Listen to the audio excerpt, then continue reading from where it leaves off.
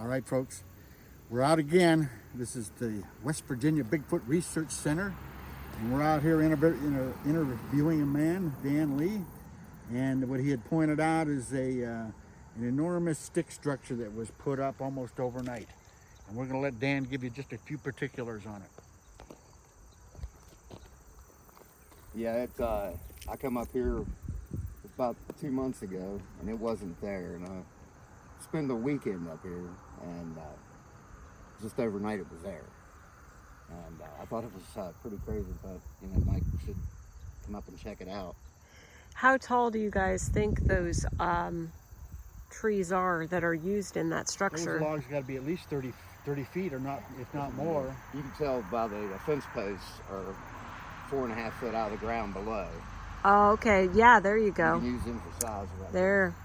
And oh my gosh. There's about 5 or 6 trees that are intertwined at the top, or one was laid on top of the other at different angles. Yeah, you can see they're intertwined. It couldn't have been done by a human being. And this property hasn't been lived on for about 3 years. 3 years. And they just sold it just a week ago to a company. Wow. That's phenomenal. Before they sold it, that appeared. Yeah, okay. That's definitely a marker of some type. What it is, it's hard to say. I've never seen one that big. That's the biggest one I've ever seen. Yeah, I was pretty stunned whenever I saw it. I mean, some of them trees, it would take 2 or 3 men to probably even try and lift them off the ground, let alone stand them straight up. Yeah, I'd say equipment would have had to done that. Yeah, and I mean, what person in their right mind is going to take equipment to make a piece of log structure where somebody doesn't even live on the property? I mean, it adds up to nothing. And you can see the one is actually upside down, so you know that isn't natural. Yeah, that's what's roots are up in the air, and they shouldn't be. Yeah. So here again, we're in a location where there's been some activity. Dan's had some screams up here, and we're up here to investigate, boots on the ground, and we're going to take a look-see and see what we can come up with here. All right. That's what we do. We like to talk to the locals, get the best information we can, and generally the locals are the ones that have the most relevant information. Very true, very true. Thankful for Dan's hospitality, and the West Virginia Bigfoot Research Center is grateful we can come out and take a look around here. So. All right, let's go. All right, folks, we're here at Big Bear Lake area, and what we're looking at is a scenario that happened a while back where there was a big party in this particular area. And then the gentleman was here, our witness had heard a group of coyotes way off in the distance. And within about 30 minutes, those coyotes came in towards his group, and they covered that whole shoreline with eyes. You're talking probably 100 coyotes, which is not a natural phenomenon. You don't get coyotes that congregate in that large of a group, number one. They certainly do not approach man. So here again, our dog man could be the instigator of this whole thing. They have a tendency to be in the area with coyotes. They may just agitate them, aggravate them, or egg them on. There's a connection. What it is, we don't exactly know, but there's definitely a connection. Because coyotes will avoid mankind, whereas the wolfman in this area do not. They're much more aggressive, and they're certainly a force to be reckoned with. Here again, another incident that just can't be explained naturally. All right, folks, we're down here at the Bear Lake Camp, and what we found is just 100 yards off the trail there is a tree bend at about 4 feet that is not natural.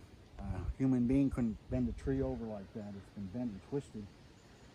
And we're finding numerous breaks around here. It seems to be that our friends have spent some time in this area. And when they do, they generally leave a lot of signs. We look for rock stacks, we look for tree breaks and tree bends, and they usually go all together. Generally, when you find a tree break, you're going to find a tree bend. And these things have their own protocol. What these signs are, we've still yet to discover. But as we go down here, we're finding a variety of different breaks and bends that is definitely out of the ordinary, and it's not natural. Here, Mike, I'm just going to zero in on this snap here. There's that one. And then there was another one over here. Oh, that tree bend you saw. Okay, back there, yeah. And then there was a nice tree bend up here a little bit further. Yeah, I mean, all along here, There's another one right behind it. Can you see it back there? A little further. Right back there. See that? Yeah. yeah, our friends have spent some time in this area. There's definitely evidence here. All right, well, let's head down a little further. So Mike's walking up to about a 9-foot tree twist break, which there's nothing natural about that right there. Yeah, that tree's been splintered and bent over. Mike's saying it was Solid as splintered a rock. and bent over. That tree's solid. So, Splintered.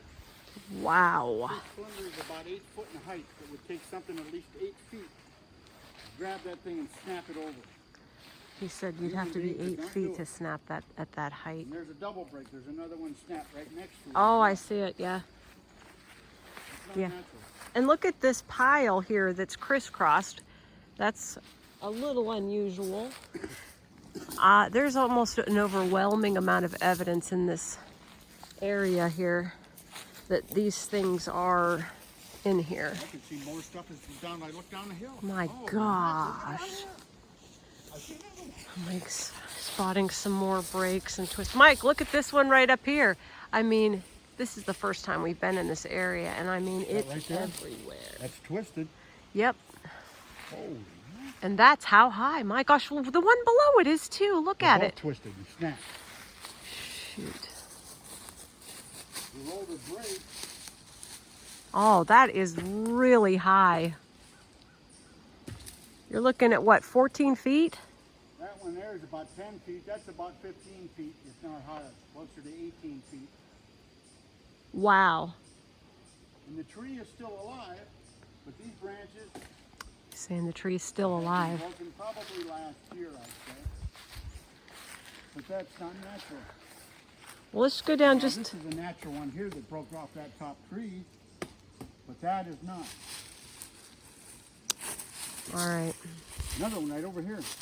My gosh. They are everywhere. Another twist break. And that's really high.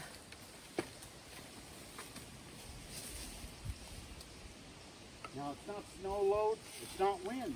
If you look at the trees surrounding it, the one that snapped is just as thick as the rest of them, so it couldn't have been wind and it couldn't have been snow, and it's certainly not a human being. Something with enormous I'm seeing more right down the path, Mike. I strength. mean, We're all down toward it. Let's get so up a little bit further. I'm gonna, okay, we're gonna walk down further, but you can see there is so much evidence that some type of squatch is in here. Okay, still here at Big Bear Camp, and Mike's gonna do a wood knock. I mean, we've just been finding an overwhelming amount of evidence of squatch activity.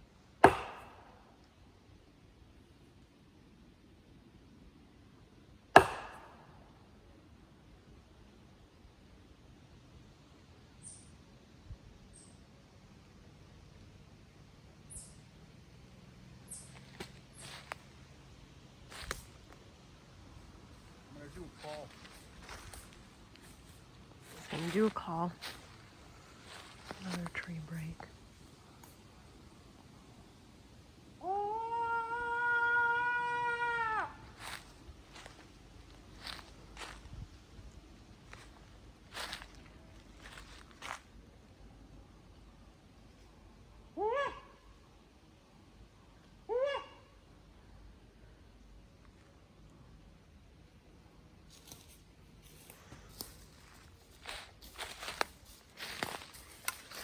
Down in the valley. Yeah, I don't want to go down there. That's too steep.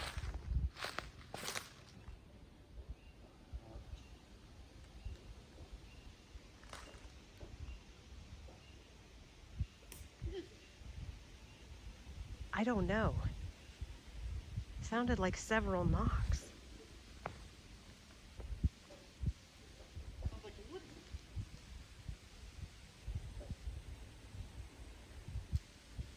Get your bat. Get your bat. Do another one. I don't know if those are responses. Pretty recording this? Yeah. There's more down over here. I see another tree break snap down there. 2 of them. They're everywhere, Mike. They're all over this place. Mackerel. Oh my gosh. They're all through this valley. And I think you just heard like 19 tree knocks. Now it stopped. Why don't you do another one? Do like 3 in a row and see if they mimic it.